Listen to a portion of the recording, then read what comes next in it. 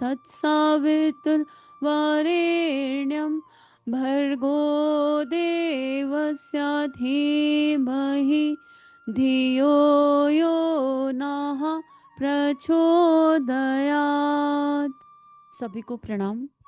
परम पूज्य गुरुदेव वंदनीय माँ के सानिध्य में आइए अगले स्वाध्याय के क्रम में चलते हैं। और अब इस स्वाध्याय के क्रम में सत्संकल्प, हमारा युग निर्माण सत्संकल्प, जिसे हमें जन जन तक लेकर जाना है। और यही इस समय गुरु भाव, गुरु विचार है। यही हमें मार्गदर्शन मिला है कि हमारे युग निर्माण सत्संकल्पों को जन जन तक ले जाओ। पर किसी भी चीज को विश्वव्यापी बनाने का अगर भाव अंतस में आता है तो उसके पहले उसे स्वयं से जीना बहुत जरूरी है। पहले हम जानें कि ये युग निर्माण सत्संकल्प हैं क्या, इनकी गहराई क्या है, इन सत्संकल्पों के माध्यम से परम पूज्य गुरुदेव हमें क्या सिखाना, क्या बताना चाहते हैं, हमारे गुण कर्म स्वभाव में कैसे बदलाव आएगा। और जब हम उसे जी लेंगे पूरी तरह, एक एक संकल्प हमारे सत्य के जैसे हमारा स्वभाव बन जाएगा। एक एक संकल्प में जो शिक्षाएं छुपी हुई हैं वो हमारे अंतर मन में, हमारे तीनों शरीरों में, अस्तित्व में, रोम रोम में बस जाएंगी। तो फिर सहज उस संकल्प को जब हम आचरण में जीने लगेंगे तो वो अपने आप विश्वव्यापी होता चला जाएगा। परम पूज्य गुरुदेव ने कहा कि तुम सब मेरे चलते फिरते शक्तिपीठ और प्रज्ञापीठ हो। और जब हम सत्संकल्प की बात करते हैं तो ये 18 सत्संकल्प परम पूज्य गुरुदेव ने दिए। और कहीं ना कहीं एक ऐसा एहसास होता है कि ये श्रीमद् भगवद गीता के 18 अध्याय की समरी है। तो आज परम पूज्य गुरुदेव की लेखनी से पढ़ते हैं। सबसे पहले हम ये जानेंगे कि सत्संकल्प क्या है, और ये स्वाध्याय का क्रम है। तो हम सब लोग साथ ही पढ़ रहे हैं। ये देह भी आपके साथ पहली बार पढ़ रही है। हम सब साथ पढ़ रहे हैं। सत्संकल्पों को बचपन से दोहराते आ रहे हैं, पर उनकी गहराई और गंभीरता को जानने का सौभाग्य अब प्राप्त हुआ है।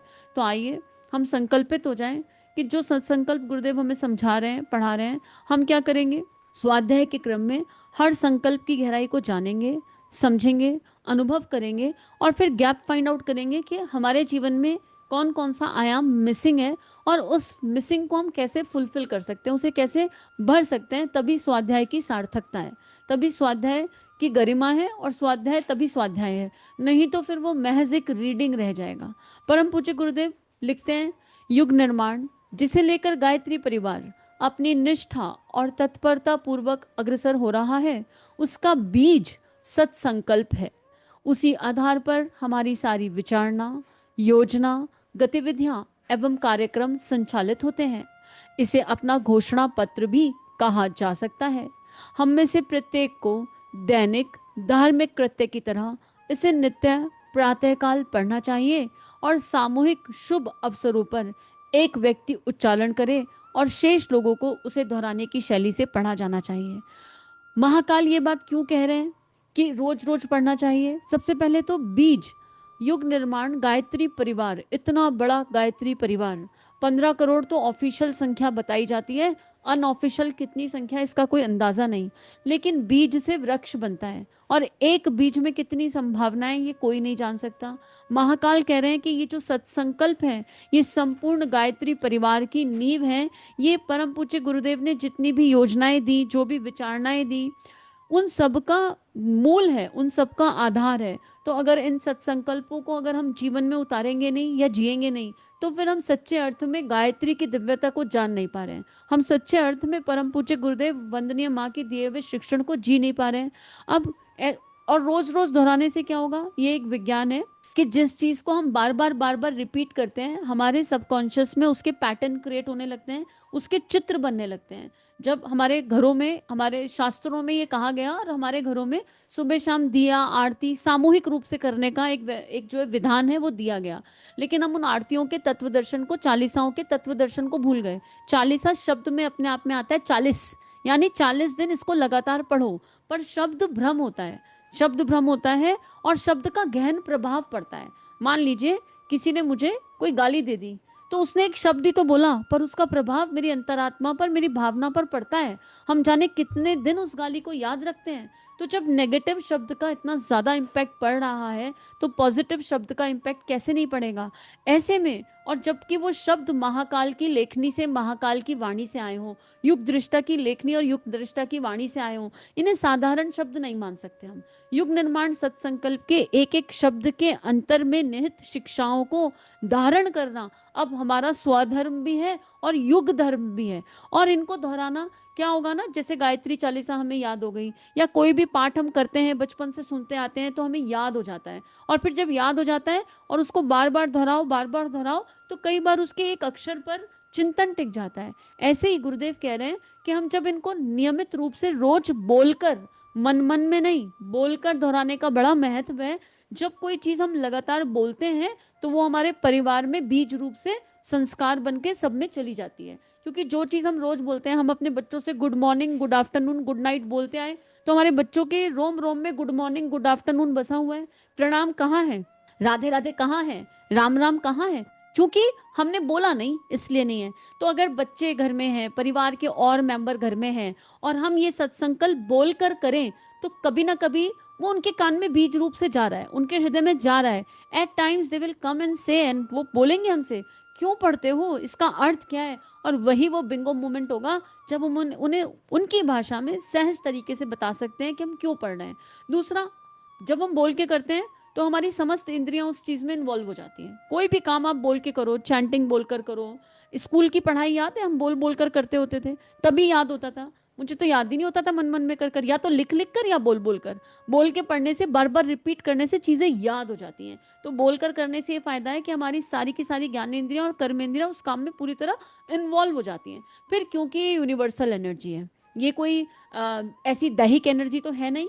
सत्संकल्प दैविक एनर्जी है। महाकाल, महाकाल इसके बारे में बता रहे हैं, ये यूनिवर्सल एनर्जी है। तो जब ये यूनिवर्स में एक साथ जाएंगे और जब हम बोलेंगे, तो क्योंकि हमारा भाव गुरु से जुड़ा हुआ है, हमारे अंदर श्रद्धा विश्वास है, तो क्या होगा, वो एक भाव क्षेत्र की जो एक एनर्जी है वो यूनिवर्स में जाएगी, और यूनिवर्स में ये संकल्प की ऊर्जा बढ़ती चली जाएगी। और अब क्या हुआ है, जब से गायत्री परिवार में हमें ये मिला है, हमें ये बताया गया है कि सारे गायत्री परिवार के परिजनों का इस समय एक उद्देश्य होना चाहिए कि 2026 के एंड तक हर कान में, पूरे विश्व में 140 करोड़ लोगों में सत्संकल्प पहुंचने चाहिए। और ये 140 करोड़ तो केवल भारतवासी हैं, पर पूरे विश्व में हर कान में सत्संकल्प पहुंचना चाहिए। तो एक कलेक्टिव एनर्जी क्रिएट हो रही है, एक कलेक्टिव कॉन्शियसनेस क्रिएट हो रही है, हर कोई सत्संकल्प दोहरा रहा है। तो यानी पॉजिटिविटी बढ़ रही है, सत्युग की ऊर्जा बढ़ रही है। जब हम सत्संकल्पों को पढ़ेंगे और उनके गहन अर्थ को जानेंगे तो हमें समझ में आएगा कि यूनिवर्स में कौन सी एनर्जी महाकाल क्रिएट करवाना चाहते हैं। हमारा और आपका सौभाग्य जग गया कि हमें ये मौका मिला कि हम इन सत्संकल्पों पर चिंतन कर सकें और इनके बारे में स्वाध्याय के माध्यम से बात कर सकें। ये एक हमारा सौभाग्य है। तो आइए, सबसे पहले तो हम मन ही मन आज ही ये संकल्प लें कि अब हम सत्संकल्प नियमित रूप से बोल करके दोहराएंगे। स्वाध्याय का मतलब ही तब है जब हम उस बात को जीने लग जाएं। रिमाइंडर लगाएंगे मोबाइल पर, याद नहीं रहेगा शुरू में, मुझे भी याद नहीं रहेगा, आपको भी याद नहीं रहेगा, लेकिन हम एक दूसरे की शक्ति बन सकते हैं। हम रिमाइंडर लगाएंगे, एक दूसरे को याद दिलाएंगे सत्संकल्प का समय हो गया, जब समय मिले, और धीरे धीरे धीरे धीरे ये याद हो जाएंगे। और आधे तो आज भी याद है, सिक्वेंस में याद नहीं होंगे, पर हमें बहुत सारे सत्संकल्प आज भी स्मरण है। तो जब हम उसे रोज रिपीट करेंगे तो हम अपने गुरु का पहला कहना मानेंगे। तो आज की पहली संकल्प और पहली लर्निंग यही आती है कि हम संकल्प लेते हैं कि गुरु सानिध्य में, गुरु शरण में शरणागति के भाव से, पूरे दिल से, पूरे मन से इन सत्संकल्पों को दोहराएंगे। सत्संकल्पों पर एक प्रज्ञा गीत भी आया है, बहुत खूबसूरत 15 मिनट का प्रज्ञा गीत है, एकदम मेडिटेशन जैसा है। हम चाहें तो गूगल से जाएंगे, यूट्यूब पर जाएंगे और प्रज्ञा गीत खोजेंगे, सत्संकल्प प्रज्ञा गीत, तो हमें वो सहज मिल जाएगा। हम उसको सुनकर भी, उस क्योंकि म्यूजिक क्या करता है, हमारे दोनों ब्रेन पर काम करता है, तो उसको सुन करके भी हम इस सत्संकल्प की ऊर्जा को अपने अंतस में धारण कर सकते हैं। हम एक रिसीवर है, हमें ये मानना होगा, और जो हमारा गुरु कह रहा है हमें वो करना होगा। तो एक संकल्प आज हमने उठाया। अब आगे परम पूज्य गुरुदेव लिखते हैं, आज प्रत्येक विचारशील व्यक्ति यह अनुभव करता है कि मानवीय चेतना में वे दुर्गुण पर्याप्त मात्रा में भर चले हैं, जिनके कारण अशांति और अव्यवस्था छाई रहती है। इस स्थिति में परिवर्तन की आवश्यकता अनिवार्य रूप से प्रतीत होती है, पर यह कार्य केवल आकांक्षा मात्र से पूर्ण ना हो सकेगा। इसके लिए एक सुनिश्चित दिशा निर्धारित करनी होगी और उसके लिए सक्रिय रूप से संगठित कदम बढ़ाने होंगे। जब संगठित शब्द आता है तो समूह का आवाहन किया जाता है। यहाँ पर परम पूज्य गुरुदेव कह रहे हैं संगठित कदम बढ़ाने होंगे। इसके बिना हमारी चाहना एक कल्पना मात्र बनी रहेगी। युग निर्माण सत्संकल्प उसी दिशा में एक सुनिश्चित कदम है। इस घोषणा पत्र में सभी भावनाएं धर्म और शास्त्र की आदर्श परंपराओं के अनुरूप एक व्यवस्थित ढंग से सरल भाषा में संक्षिप्त शब्दों में रख दिया गया है। सभी धर्म और भावनाओं की, शास्त्रों की, आदर्शों की परंपरा के अनुरूप, यानी ये संकल्प हमें जाति के भेद से मुक्त करते हैं, हमें हिंदू मुस्लिम सिख ईसाई के भेद से मुक्त करते हैं, अमीर गरीब के भेद से मुक्त करते हैं, देश काल परंपरा के भेद से मुक्त करते हैं। ये सत्संकल्प मानव जीवन की आचार संहिता है। अगर हम मनुष्य जीवन में आए हैं तो ये बेसिक है। जैसे जो मनुष्य जीवन में है वो सांस लेगा, ऐसे ही अगर हम मनुष्य जीवन में आए हैं तो कुछ रूल बुक है जिसे फॉलो करने की आवश्यकता है। ये सत्संकल्प वही रूल बुक है जिसे हमें फॉलो करने की आवश्यकता है। और आप और हम सब ये जानते हैं कि इस समय कलयुग किस हद तक छाया हुआ है, और इस कलयुग में हम कुछ तो कंट्रीब्यूट करें, कुछ तो कंट्रीब्यूट करें। तो गुरुदेव हमें एक सरल और सहज कंट्रीब्यूशन बता रहे हैं। गुरुदेव कह रहे हैं कि ठीक है, हम आतंकवाद को खत्म नहीं कर सकते, पर अपने भीतर जो आतंक की सोच है, अपने भीतर जो दुर्गुण है, उन्हें तो खत्म कर सकते हैं। तो ये ऐसा है कि जब हम इसको कलेक्टिव एनर्जी से रोज रोज रोज रोज बोलेंगे तो हम उसे धीरे धीरे जीने लगेंगे। और जब फूल खिलता है तो खुशबू फैलती है, दिया जगता है तो प्रकाश होता ही है। इसमें कोई डाउट नहीं रखने की आवश्यकता, करके देखेंगे तो समझ में आएगा। तो परम पूज्य गुरुदेव हमें उसी दिशा में ले जा रहे हैं कि अगर किसी को हम कहें कि भाई कोई और धर्म का, जाति का है, और वो कहता है कि नहीं मैं गायत्री क्यों करूं, कोई बात नहीं, मत कर, तू सत्संकल्प पढ़ ले। उसे सत्संकल्प का पर्चा पकड़ाया जा सकता है। बस ये रोज दोहरा लो और इसमें जो लिखा है इस पर चिंतन और मनन कर लो। तो इस माध्यम से हम परम पूज्य गुरुदेव की शिक्षाओं को, माता जी के वात्सल्य और प्रेम को जन जन तक सहज पहुंचा सकते हैं, बहुत आराम से पहुंचा सकते हैं। किसी को 18 समझ नहीं आ रहे तो उसे एक बता दो। जैसे यहाँ पर आत्मनिर्माण समाज की सबसे बड़ी सेवा, परम पूज्य गुरुदेव के इस सूत्र ने पूरे जीवन को बदल करके रख दिया। तो सोचिए, एक सूत्र पूरा जीवन बदल सकता है, तो 18 सत्संकल्प जो सारे शास्त्रों की शिक्षा को अपने अंदर समाहित करते हैं, वो जीवन को किस तरह बदलने की क्षमता रखते हैं। गुरुदेव आगे लिखते हैं, इस घोषणा पत्र में सभी भावनाएं धर्म और शास्त्र की आदर्श परंपरा के अनुरूप एक व्यवस्थित ढंग से सरल भाषा में संक्षिप्त शब्दों में सारी बात रख दी गई है। चिंतन करें और यह निश्चय करें कि हम अपना जीवन इसी ढांचे में ढालेंगे। दूसरों को उपदेश करने की अपेक्षा इस संकल्प पत्र में आत्मनिर्माण पर सारा ध्यान केंद्रित किया गया है। दूसरों को कुछ करने को कहने के लिए उसका सबसे प्रभावशाली तरीका है कि वैसा हम स्वयं करने लगे। अपना निर्माण ही युग निर्माण का अत्यंत महत्वपूर्ण कदम हो सकता है। बूंद बूंद जल के मिलने से ही समुद्र बना है। एक अच्छा मनुष्य मिलकर ही सारा समाज बनाएगा। व्यक्ति निर्माण का व्यापक स्वरूप ही युग निर्माण के रूप में परिलक्षित होगा। आत्मनिर्माण समाज की सबसे बड़ी सेवा। अब इसे क्या कहें कि यही गुरुदेव की वाणी में लिखा था और यही पहले बोला गया, और यकीन कीजिए इस सूत्र ने यहाँ जीवन को बदला है और आगे भी बदल रहे हैं। मैंने कहा ना कि हम लोग साथ साथ पढ़ रहे हैं, मैंने पहले से कुछ पढ़ करके नहीं रखा, इसलिए मेरे बोलने में भी आपको त्रुटियां फील होंगी, क्योंकि यहाँ बात परफेक्शन की नहीं है।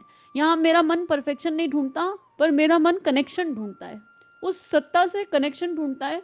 और यही भावना और प्रार्थना सभी से है कि हम सब अपने इष्ट के साथ कनेक्शन ढूंढें।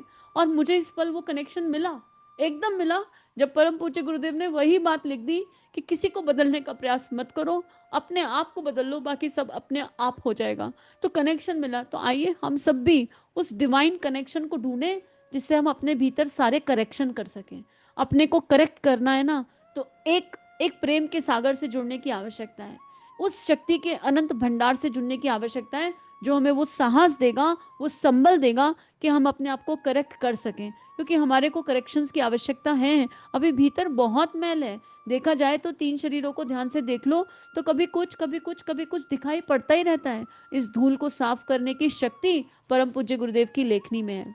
अब आगे प्रस्तुत है युग निर्माण सत्संकल्प की भावनाओं का स्पष्टीकरण, विवेचन और पाठन। इस पुस्तक के अगले लेखों में हम इसी को जानेंगे, इसी को पढ़ेंगे। इन भावनाओं को गहराई से अपने अंतःकरण में जब हम जान लेंगे तो उसका सामूहिक स्वरूप एक युग आकांक्षा के रूप में प्रस्तुत होगा, और उसकी पूर्ति के लिए अनेक देवता, अनेक महामानव नर तन में नारायण रूप धारण करके प्रकट हो पड़ेंगे। तो उसका सामूहिक स्वरूप एक युग आकांक्षा के रूप में प्रस्तुत होगा। कितनी गहरी बात है ये, कितनी गहराई। इन भावनाओं को गहराई से जब हम अपने अंतःकरण में जान लेंगे, जब मीरा ने गिरधर को गाया, कौन सी गहराई से गाया होगा? ठाकुर ने काली को गाया, कौन सी गहराई से गाया होगा कि आज हम भी मीरा गिरधर और ठाकुर काली करते हैं।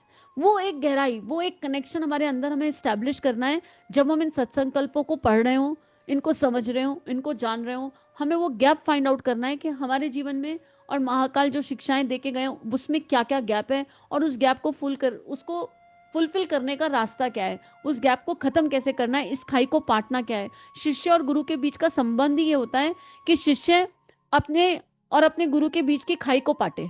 वो खाई खत्म करने का नाम ही गुरु का जीवन में होना है। परम पूज्य गुरुदेव को कॉपी नहीं करना, पर उनके अंतस की उस पुकार तक तो पहुंचना ही है जिसके आधार पर पूरा युग निर्माण हो रहा है। और यही तो एक शिष्य होने के नाते हमारा धर्म, और शायद मानव जीवन के होने के नाते भी हमारा कर्तव्य और धर्म यही है। परम पूज्य गुरुदेव लिख रहे हैं, युग परिवर्तन के लिए जिस अवतार की आवश्यकता है वह पहले आकांक्षा के रूप में अवतरित होगा। इसी अवतार का सूक्ष्म स्वरूप यह युग निर्माण संकल्प है। इसके महत्व का मूल्यांकन हमको गंभीरता पूर्वक करना चाहिए। युग निर्माण सत्संकल्प का प्रारूप निम्न प्रकार है। अब हम क्या करेंगे, हम एक एक दिन एक एक सत्संकल्प को पढ़ेंगे, एक एक सत्संकल्प को एक एक दिन जानेंगे। आज हमने क्या जाना, आज हमने क्या पढ़ा? आज हमने ये पढ़ा कि युग निर्माण सत्संकल्प का जो बेस है वो क्या है, ये क्यों दिए गए हैं, और इनकी गहराई क्या है, इनकी जो इंटेंशन और इंटेंसिटी है वो क्या है। इसी क्रम में परम पूज्य गुरुदेव वंदे माँ का अनन्य प्रेम मिला, और ये समझ में आया कि अगर हम इसे ब्रेक करें, जब किसी शब्द को ब्रेक कर दिया जाता है तो वो याद करने में सहज हो जा सकता है। तो अगर हम इसको ब्रेक करें हमारे युग निर्माण सत्संकल्प, तो युग निर्माण का अर्थ निकल कर आता है यज्ञ में जीवन। युग अर्थात यज्ञ में जीवन। गंगा सा पवित्र निर्मल निश्चल मन ही उच्चतम प्राण है, और इसी दैवीय प्राण का जागरण युग निर्माण है।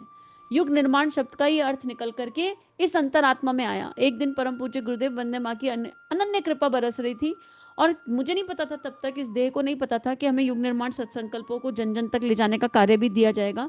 लेकिन बस अंदर से गुरुदेव समूह की शक्ति के साथ हम बैठे थे और यही बोल रहे थे, युग निर्माण सत्संकल्पों पर चिंतन करो, चिंतन करो। और जो पीपीटी मैं आपके साथ शेयर कर रही हूँ इस समय, जो आपके सामने स्क्रीन चल रही है, ये स्क्रीन ये उसी दिन बस बैठे बैठे बैठे बैठे बनता चला गया, और ऐसे ही हमने सारे सत्संकल्प इसी के आधार पर बने हुए हैं। तो यहाँ युग निर्माण का अर्थ, इस आत्मा को, इस भाव गुरुदेव ने ये समझाया।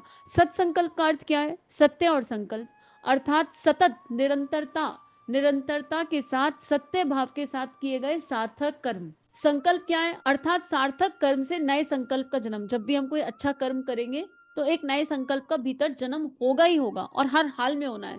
तो हमें ये डेफिनेशन ना सहजता से याद रह सकती है कि कोई पूछे युग निर्माण क्या है, तो या से यज्ञ में जीवन, गा से गंगा, ना से निर्मल और निश्चल, माँ से मन और उच्चतम प्राण और इसका निर्माण। तो हमें सहज एक एट ईज वन गो में ये याद हो सकता है अगर हम करना चाहें। सत्संकल्प में सत्य अपने आप छुपा हुआ है, सतत अपने आप छुपा हुआ है। अगर आप देखेंगे ब्रेक करके तो आपको समझ में आ जाएगा, और ये परम पूज्य गुरुदेव की कृपा से ही है, इसमें अपना कहीं कुछ नहीं है। और अब हमें क्या करना है, बस आओ इस युग निर्माण की आहुति बने। आहुति क्या है? आहुति का मतलब क्या है? एक हुंकार। आहुति जब शब्द आता है तो वो हुंकार है, अर्थात आत्मा की पुकार, आत्मा की हुंकार, जो भीतर और बाहर के समस्त तमस को, आहुति में जो ता शब्द आता है वो कह रहा है सारा तमस खत्म हो जाए, भीतर और बाहर के सारे तमस का अंत कर देती है। तो आइए अब हम क्या करेंगे, अब हम युग निर्माण सत्संकल्पों को गहराई के साथ जिएंगे, पूरे दिल से जिएंगे और मन से जिएंगे। आज हम क्या करते हैं, सारे युग निर्माण सत्संकल्प एक बार पढ़ लेते हैं, रिपीट कर लेते हैं, और बिल्कुल ऐसे जैसे नेशनल एंथम करते हुए हम एकदम स्थिर हो जाते हैं ना, तो इसी तरह अपने मन भाव विचार कर्म को स्थिर करेंगे। सारे युग निर्माण सत्संकल्पों को मन ही मन साथ साथ दोहराते चलेंगे। चाहें तो अपने पास इनको खोल करके रख लीजिए ताकि संग संग पढ़ सकें, और फिर कल से एक दिन में एक सत्संकल्प को जीने का अभ्यास और प्रयास करेंगे। इदम श्री सद्गुरुवे नमः।